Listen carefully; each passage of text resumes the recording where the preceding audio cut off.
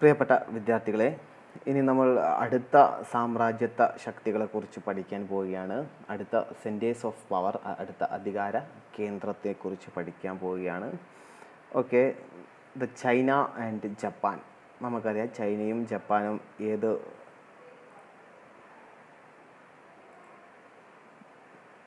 കോണ്ടിനെൻറ്റിലാണ് സ്ഥിതി ചെയ്യുന്നതൊക്കെ നമുക്കറിയാം. ഏത് കോണ്ടിനെൻറ്റിലാണ്? ഏഷ്യയിലാണ് സ്ഥിതി ചെയ്യുന്നത്. അപ്പോൾ ഏഷ്യയിലെ ഒരു അധികാര കേന്ദ്രങ്ങളെ കുറിച്ച് ചർച്ച ചെയ്യുന്ന ഒരു ഭാഗമാണ് ചൈന ആൻഡ് ജപ്പാൻ. ഓക്കെ, അപ്പോൾ ആദ്യത്തെ നമുക്ക് രണ്ടിനെയും വേറെ വേറെ ആയിട്ട് നമുക്ക് പഠിക്കാം. ചൈനയെ ആദ്യമായിട്ട് പഠിക്കാം. The medieval period in China. Medieval പീരീഡിൽ എന്തെല്ലാം സവിശേഷതകളാണ് ചൈനയിൽ ഉണ്ടായിരുന്നത് എന്നാണ് നോക്കാൻ പോകുന്നത്. Okay, in the initial stage of the medieval period, China was ruled by the Tang dynasty. അതായത് in the initial stage of the medieval period, മധ്യകാല കാലഘട്ടത്തിൻ്റെ ആരംഭഘട്ടത്തിലൊക്കെ ചൈന ആരുടെ അധികാരത്തിലായിരുന്നു? It is the Tang dynasty. Tang രാജവംശമാണ് China ഭരിച്ചിരുന്നത്. Okay, അപ്പോൾ next നോക്കുക. ദ സോവർണിറ്റി എന്ന് പറഞ്ഞാൽ എന്താ? പരമാധികാരം. The sovereignty of the country was vested in the emperor. അതായത് രാജ്യത്തിൻ്റെ എല്ലാ അധികാരവും പരമാധികാരവും ആരുടെ കൈകളിലായിരുന്നു? എംപറർ, ആ ചക്രവർത്തിയുടെ കൈകളിലായിരുന്നു. ആരായിരുന്നു അപ്പം ഭരിച്ചിരുന്നത്? ആ ചക്രവർത്തിയുടെ കൈകളിലായിരുന്നു. ഇതാണ് the sovereignty of the country was vested in the emperor.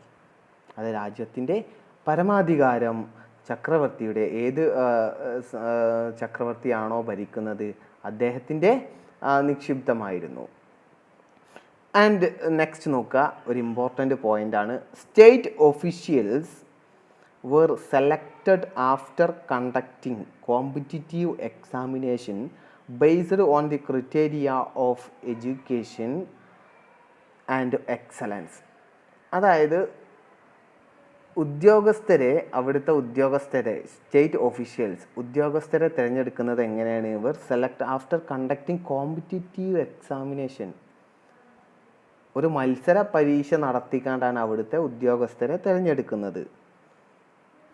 On the criteria of education and excellence, അതായത് വിദ്യാഭ്യാസ യോഗ്യതയ്ക്ക് അടിസ്ഥാനപ്പെടുത്തി ഒരു കോമ്പറ്റീറ്റീവ് എക്സാമിനേഷൻ നടത്തിയിട്ടാണ് അന്ന് മധ്യകാല എത്ര കാലഘട്ടങ്ങൾക്ക് മുമ്പെയാണ് ഇങ്ങനത്തെ ഒരു രീതി ഉണ്ടായിരുന്നു.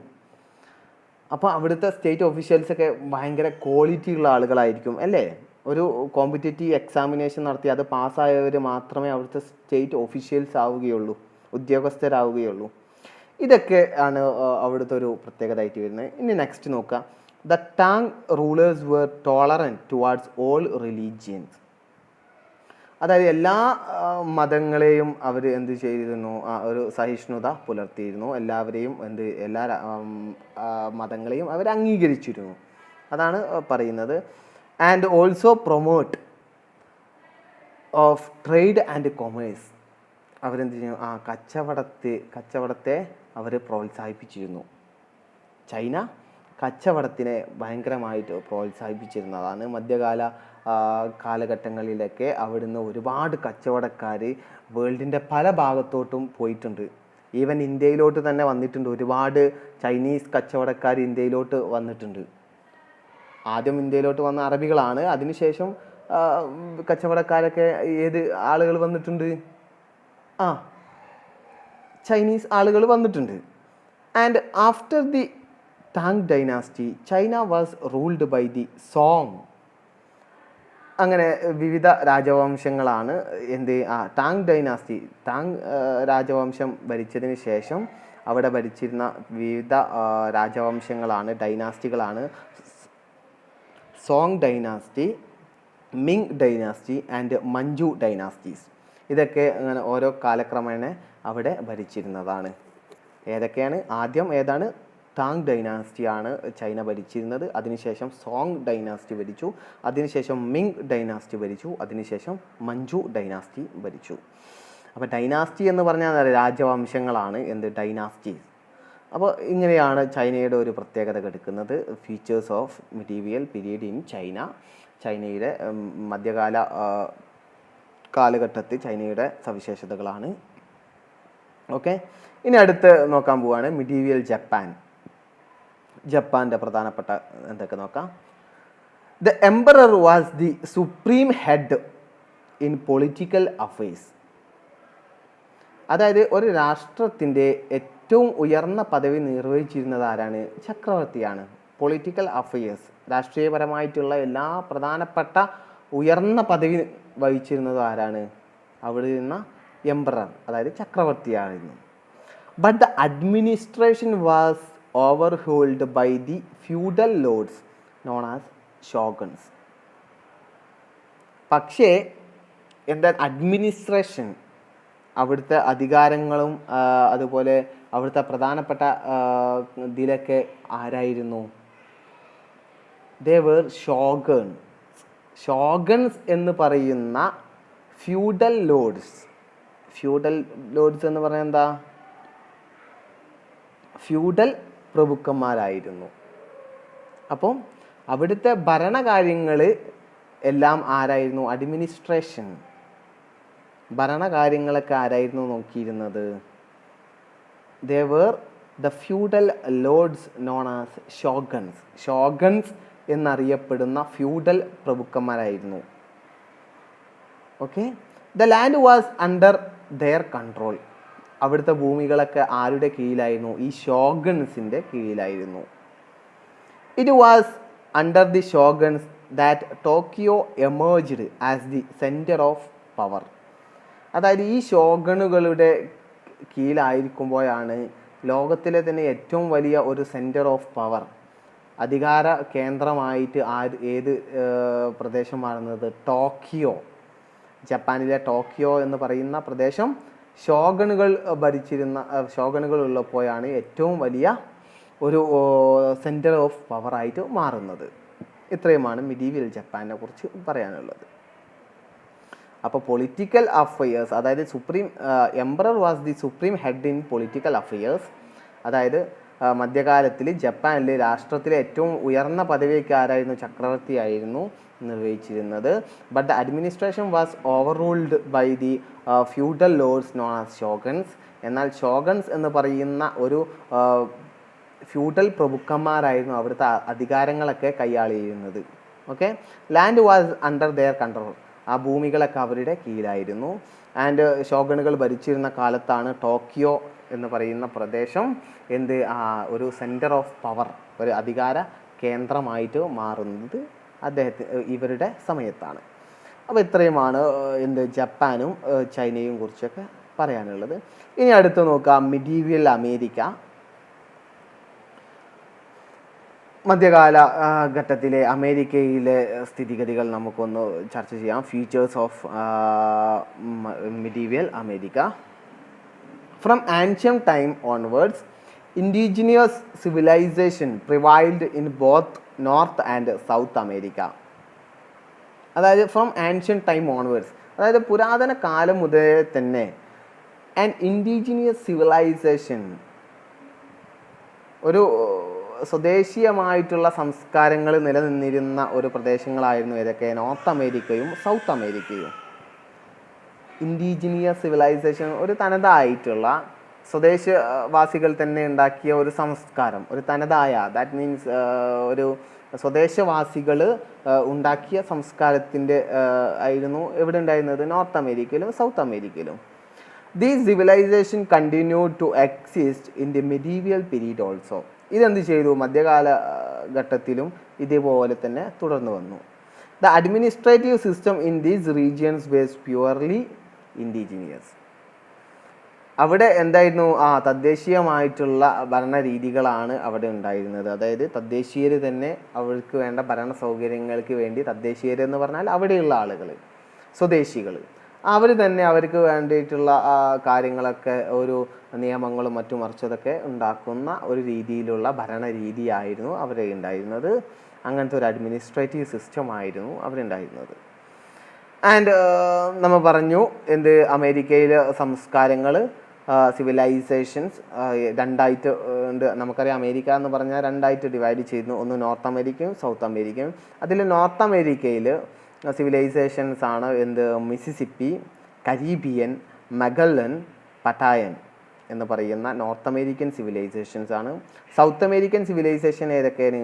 മായൻ, ഇൻക, ആസ്ടെക്, ടോൾടെക് എന്ന് പറയുന്നതാണ് സൗത്ത് അമേരിക്കൻ സിവിലൈസേഷൻസ്. ഇതൊക്കെ വിവിധ സിവിലൈസേഷനിലൂടെ വന്നതാണ്.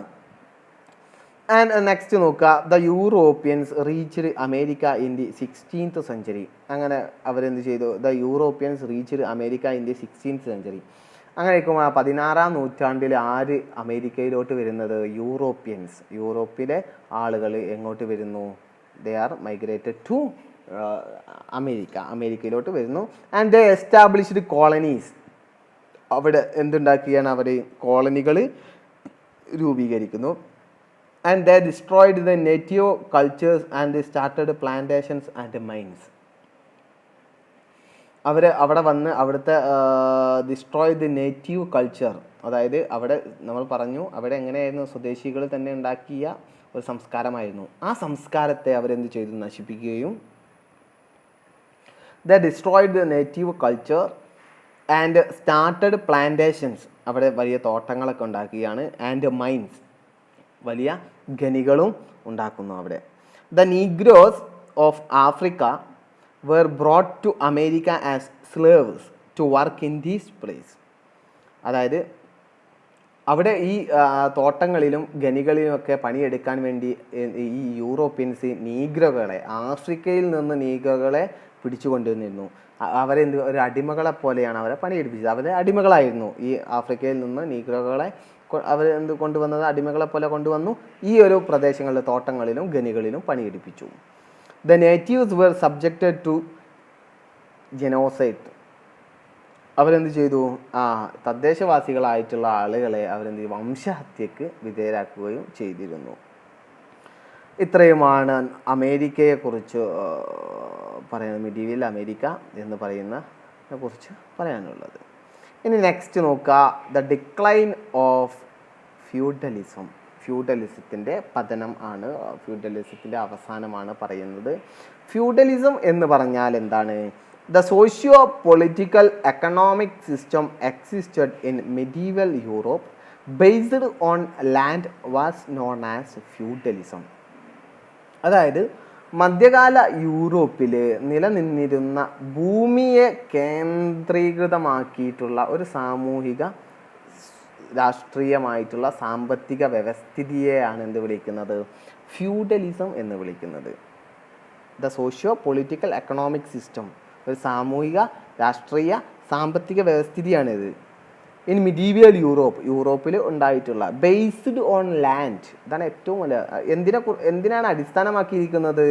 ഭൂമിയെ കേന്ദ്രീകരിച്ചാണ്. അപ്പോൾ ഫ്യൂഡലിസമൊക്കെ നമ്മൾ കഴിഞ്ഞ ക്ലാസ്സുകളിലൊക്കെ നമ്മൾ പഠിച്ചിട്ടുണ്ട് അല്ലേ? കഴിഞ്ഞ സ്റ്റാൻഡേർഡുകളിലൊക്കെ 8ാം ക്ലാസ്സിലും 7ാം ക്ലാസ്സിലൊക്കെ നിങ്ങൾ പഠിച്ചിട്ടുണ്ടാവും. ഫ്യൂഡലിസം എന്ന് പറഞ്ഞാൽ സൊസൈറ്റിയെ നമ്മൾ ഡിവൈഡ് ചെയ്യുകയാണ്.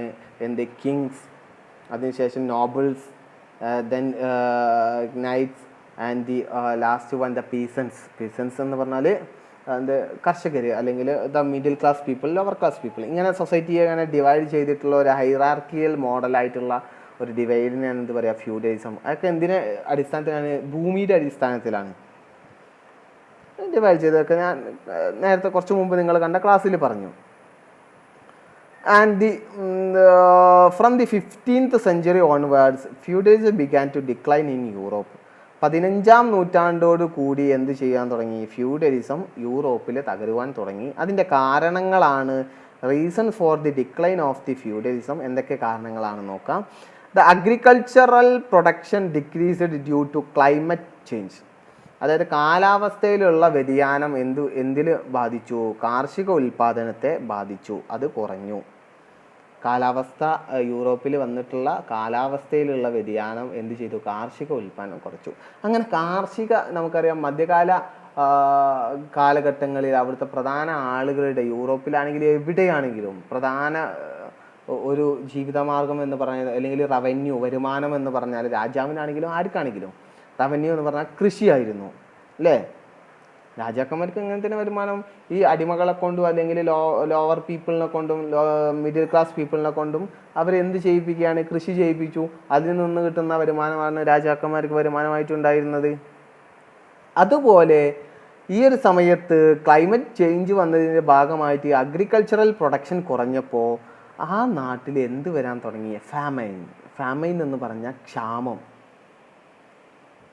ദ സ്കേഴ്സിറ്റി ഓഫ് ഫുഡ്, ഭക്ഷ്യക്ഷാമം അധികമായിട്ട് വരുവാൻ തുടങ്ങി. അത് ഒരു കാരണമായിട്ട് ഡിക്ലൈൻ ഓഫ് ദി ഫ്യൂഡലിസത്തിന് കാരണമായിട്ട് പറയുന്നു. അതുപോലെ plague and black death. Plague എന്ന് പറഞ്ഞാൽ ഒരു ബാക്ടീരിയയുടെ ഒരു പകർച്ചവ്യാധിയാണ്. ആ സമയത്ത് യൂറോപ്പിലെ ഒരുപാട് ആളുകൾക്ക് എന്ത് വന്നു? ഈ ഒരു പകർച്ചവ്യാധി പിടിപെട്ടു. അങ്ങനെ ലക്ഷക്കണക്കിന് ആളുകൾ മരിക്കുന്ന ഒരു അവസ്ഥയാണ് സമയത്തുണ്ടായിരുന്നത്.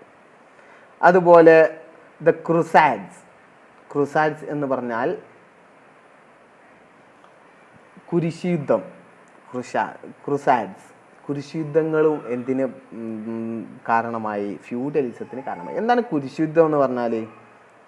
ക്രുസാഡ്സ് എന്ന് പറഞ്ഞാൽ 11-ാം നൂറ്റാണ്ട് മുതൽ 13-ാം നൂറ്റാണ്ട് വരെയുള്ള ഒരു യുദ്ധം. ആരൊക്കെ തമ്മിലാണ്? വെസ്റ്റേൺ യൂറോപ്പും തുർക്കികളും തമ്മിലുള്ള ഒരു യുദ്ധമാണ് എന്ത്? കുരിശുയുദ്ധം എന്നറിയപ്പെടുന്നത്. വെസ്റ്റേൺ യൂറോപ്പും തുർക്കികളും തമ്മിലുള്ള യുദ്ധം. ഈ എന്തിനാണ് യുദ്ധം എന്ന് വെച്ചാൽ, ഒരു പുണ്യനഗരമായിട്ടുള്ള ജെറുസലേം എന്ന് പറയുന്ന ഒരു പട്ടണമുണ്ട്. ആ പട്ടണം സ്വന്തമാക്കുന്നതിന് വേണ്ടിയാണ് ഇവർ യുദ്ധം നടന്നിരുന്നത്. എന്തൊക്കെയാണ്? ജെറുസലേം എന്ന് പറയുന്ന പട്ടണം സ്വന്തമാക്കുന്നതിന് വേണ്ടി 11-ാം നൂറ്റാണ്ട് മുതൽ 13-ാം നൂറ്റാണ്ട് വരെ തുർക്കികളും വെസ്റ്റേൺ യൂറോപ്പും തമ്മിൽ നിരന്തരമായിട്ട് യുദ്ധങ്ങൾ നടന്നുകൊണ്ടേയിരുന്നു. ഇതും എന്തിന് കാരണമായി? ഫ്യൂഡലിസത്തിൻ്റെ തകർച്ചയ്ക്ക് കാരണമായിട്ടുണ്ട്. And the Kings monopoly of gun powder. അതായത് രാജാക്കന്മാരുടെ കൈവശമായിരുന്നു എന്തുണ്ടായിരുന്നത്? വെടിമരുന്നിൻ്റെ ഒരു കുത്തക. ഗൺ പൗഡർ എന്ന വെടിമരുന്ന്. എന്താ മൊണോപ്പൊലി എന്ന് പറഞ്ഞാൽ കുത്തക, അതായത് സ്വന്തമായിട്ട് വെക്കുന്നത്. അപ്പോൾ രാജാക്കന്മാരുടെ കയ്യിലായിരുന്നു ഗൺ പൗഡർ. ഇത് ഫ്യൂഡലിസത്തെ ബാധിച്ചു. And the percent revolt. Percent എന്ന് പറഞ്ഞാൽ കർഷക കലാപങ്ങളും ഒരുപാട് യൂറോപ്പിൻ്റെ വിവിധ ഭാഗങ്ങളിൽ നടന്നിട്ടുണ്ട്.